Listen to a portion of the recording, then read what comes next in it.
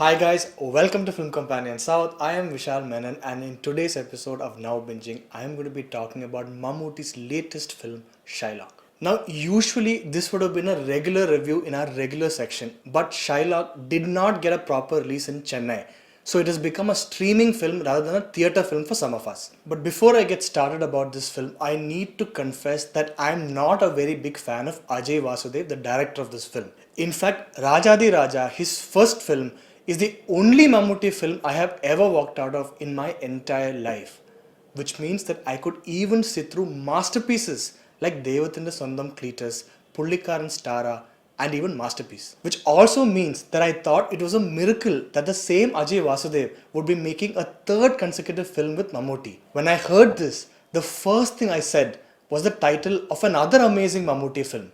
Praise the Lord. But Shylock was just awesome and it turned out to be nothing like I had expected it to be. Now, of course, I know that it is a mass action entertainer without any room for anything significant, but hear me out when I say that Shylock is one of our best ever meta films. Because Malayalam cinema might be good at making spoofs like Chiragudinja Kinavagal, and we also make films about films like Udayananu Taram and Best Actor. But Shylock is one of the few films that can fit in this meta film genre. I call it that because I can't think of many other Malayalam films that makes it so obvious to the viewer that we are indeed watching a movie. And the way Shylock manages to do this is also very clever by giving the plot a cinema setting, because it is about the fight between a producer and a financier. But it goes one step further when it also tells us that the hero of this film, Boss, also wanted to be a hero in films. The hero introduction scene, for instance, is genius because the setting itself is the shoot of a hero introduction scene,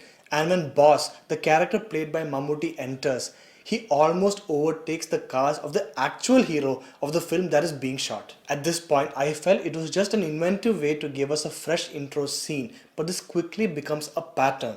So at every stage of the film, we get dialogues which describes what we are watching. Things like the interval twist, flashback, villain, and even Mafia Shashi are weaved in perfectly for the same effect. So the interval punch is not just any other interval punch, but it's also practically a carbon copy of the interval twist of Vijay's Theri, a star whose dialogues Boss keeps using throughout the film. What this essentially does is prepare us for a film that never takes itself seriously. So we don't either. So we totally get why they cast Siddiq to play the villain for the 1 millionth time. We also don't mind it when the second half flashback is the same as that of 10 million other films, because the film itself calls it that. Mammootty rocks as long as he is Boss in the film. In fact, the unhinged madness of his character is what I think they were going for with Rajni's Darbar. Of course, there are issues like Gopi Sundar's tired track, which is a bit underwhelming for such a character. In fact, Rajkiran's emotional score sounded suspiciously similar